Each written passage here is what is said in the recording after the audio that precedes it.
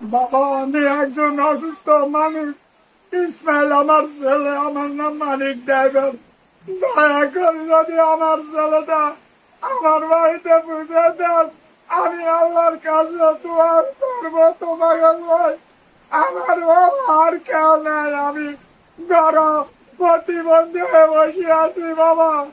আমি আজ 17-18 বছর, আমার ছেলেকে আমি খুঁজে পাই না বাবা।